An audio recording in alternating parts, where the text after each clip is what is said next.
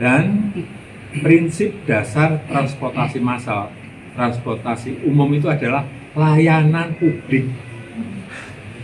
Ini kita juga harus ngerti, bukan mencari laba.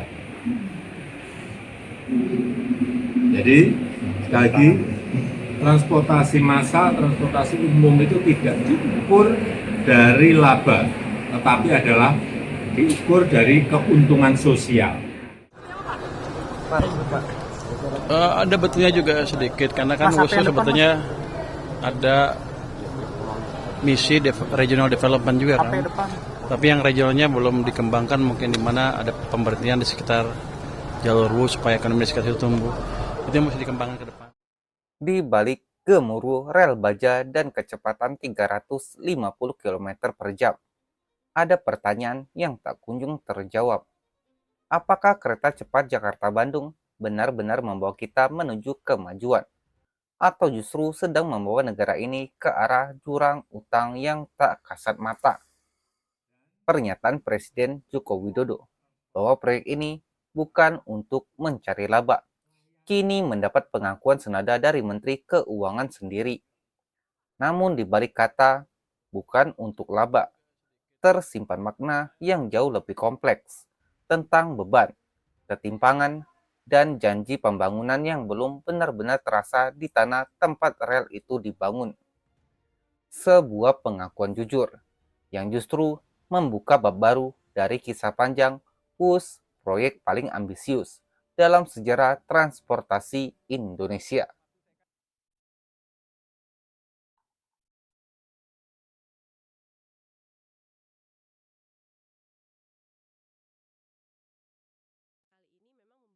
Sebuah proyek raksasa bernilai ratusan triliun rupiah diharapkan menjadi simbol kemajuan, tetapi justru menyisakan tanya besar.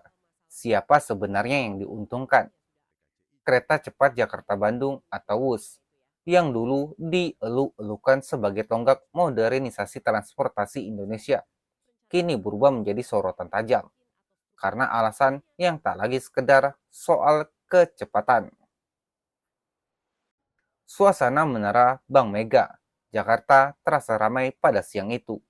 Di tengah kerumunan ekonom dan jurnalis, Menteri Keuangan Purbaya Yudi Sadewa akhirnya angkat bicara tentang proyek yang selama ini disebut-sebut sebagai proyek ambisius Presiden Joko Widodo, kereta cepat Jakarta-Bandung. Dengan nada hati-hati, Purbaya mengakui proyek itu memang bukan untuk mencari laba. Ia mengulang kalimat yang pernah diucapkan Jokowi sendiri, bahwa WUS adalah investasi sosial bukan komersial. Namun, di balik pengakuan itu, tersimpan kenyataan lain yang mulai mengusik logika publik. Ada betulnya juga sedikit, karena kan USU sebetulnya ada misi regional development juga kan. Tapi yang regionalnya belum dikembangkan, mungkin di mana ada pemberhentian di sekitar jalur WUS supaya ekonomi di sekitar itu tumbuh. Itu yang mesti dikembangkan ke depan. Jadi nggak ada betulnya. WUS memang ada misi pengembangan regional, tapi yang regionalnya belum dikembangkan. Artinya, daerah-daerah yang dilalui proyek ini, mulai dari Halim, Karawang, Padalarang, hingga Tegaluar, belum merasakan geliat ekonomi yang dijanjikan. Tak ada ledakan investasi, tak ada pertumbuhan signifikan, dan yang lebih ironis, efek sosialnya pun masih samar. Padahal dalam konsep awalnya, WUS dibangun bukan hanya untuk mempercepat perjalanan Jakarta-Bandung menjadi 40 menit. Ia digadang sebagai simbol perubahan cara hidup, pemicu pembangunan kawasan baru di sepanjang jalur kereta cepat. Namun, hingga kini, yang tumbuh justru beban finansial. PT KAI Persero, BUMN yang menjadi operator proyek ini harus berjibaku dengan restrukturisasi utang jumbo dari Cina. Proyek ini disebut-sebut menjadi bom waktu bagi neraca keuangan mereka. Presiden Jokowi sendiri pernah menegaskan, proyek WUS lahir dari kebutuhan mengurai kemacetan kronis Jabodetabek dan Bandung, yang menyebabkan kerugian ekonomi hingga 100 triliun rupiah per tahun. Itulah alasan pemerintah kemudian membangun berbagai moda transportasi massal, mulai dari KRL, MRT, LRR, hingga kereta bandara. Dan prinsip dasar transportasi massal, transportasi umum itu adalah layanan publik. Ini kita juga harus ingat, bukan mencari laba.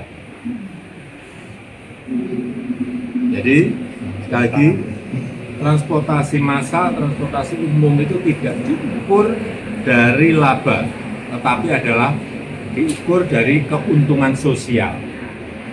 Social return on investment. Apa itu?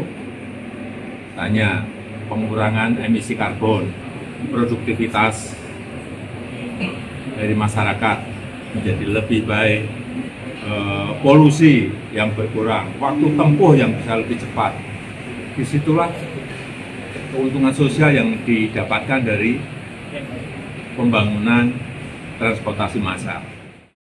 Transportasi massal itu bukan untuk laba, tapi untuk keuntungan sosial, untuk mengurangi emisi karbon, meningkatkan produktivitas, dan menekan polusi. Tegas Jokowi.